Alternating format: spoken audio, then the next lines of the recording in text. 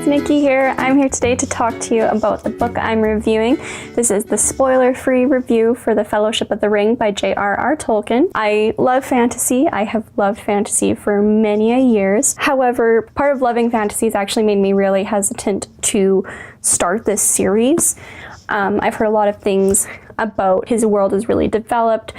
The plot can sometimes be meandering, you wading through words, and he's boring, and all of these other things that have made me hesitate to take on the challenge of reading the Lord of the Rings trilogy, despite having read The Hobbit numerous times and loving it. That changed. I watched a video several months ago now from a YouTuber. Her name's Murphy, I think it's Napier. Murphy Napier? I'm not sure if I'm saying the last name right there. I'll include a link below for her channel. She's a great book reviewer, and I watched some videos and she raved about the series, and there are several things in what she talked about that made me very ready to pick this series up and start reading it for myself. And needless to say, I was blown away. I loved the series. I see where many of the complaints come in with people who have read the book, but I really enjoyed it, and I thought that the first book in the trilogy was really good. It's just like the rediscovery of the ring and the beginning of Frodo Baggins and his adventures and the collection of characters that we come to know throughout the series, and I really enjoyed my experience. The summary out of the way, and I will move into my likes and dislikes for the video. I do 3 likes, 3 dislikes, and I'll start with my likes. My first like is the world building. It's amazing, and the world he creates is just huge and complex, and Tolkien does such a good job of doing it at a good pace. And that for me is really important. I hate when they do world building and they just dump information on you. His was very consistent and expanded as the world expanded. I really liked that. Basically, the reader is like a hobbit in terms of experience. As they discover the world outside the Shire, the reader does along with the characters, and I found that very enjoyable to my experience. My second like is the characters themselves. They were varied, they were likable, their interactions and relationships were great, and I can't wait to see how much more they develop as the series progresses. And my third like was the atmosphere. I had read somewhere online, and I completely agree with it.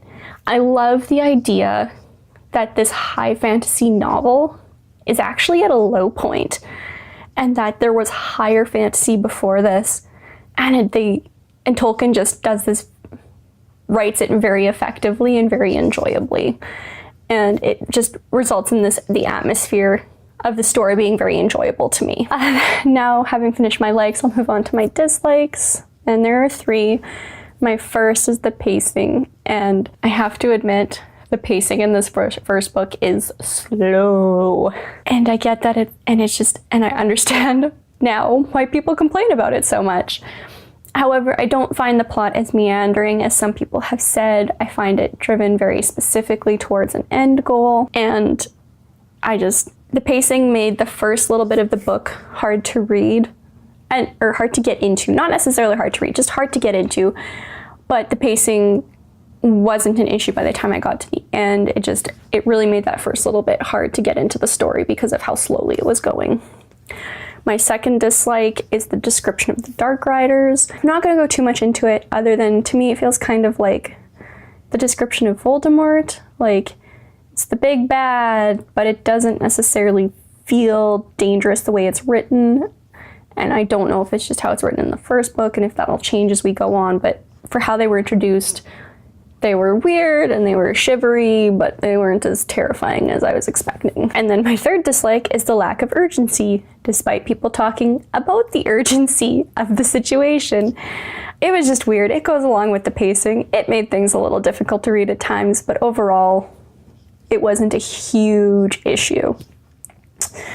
That being said, I am done with my likes and dislikes, and I will move on to the characters. So I'm not going to talk about the characters too specifically, other than it's a good and varied cast. I really enjoyed it. They interact in very interesting ways, and I love the loyalty that seems to run rampant through the friendships that exist in the story.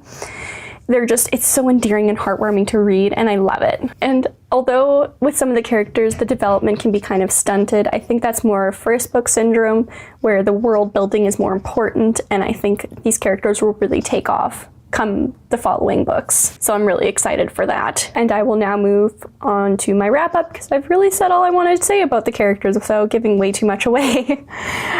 So the book was really enjoyable. The pacing with the world building and the information about it was really, really good and very effective to the story. Although I did find the story itself was paced a little bit slowly, getting from to the end goal of the first book. Overall, you had a really good cast of characters. I really enjoyed the way they interacted. And with the world and the characters I finished the first book with, it makes me very keen to continue this series and give just the expansion necessary to really flesh out the characters in the world that much more. And I really enjoyed my experience. Fellowship of the Ring by J.R.R. Tolkien deserves a 4 out of 5 stars in my books. It was a wonderful experience, and I can't wait to continue it. I will see you guys in my next video, which should be the spoiler-filled version of this review. Bye! Hey guys, it's Nikki here. I'm here today just to do my quick announcement for my book of the month for May. It is No Time for Goodbye by Linwood Barclay. If you missed it, feel free to tune in. I did do a quick unwrapping video for this just to do my announcement for it. It's a thriller. It's about this girl's family who disappears, and she never finds out why they leave or what happens. And 25 years later, she gets a note that starts to explain it, and it sounds like she kind of goes down the rabbit hole to figure out what happened to her family. I enjoy thrillers, so I anticipate enjoying this. I will see you guys at the end of the month for the review. See ya!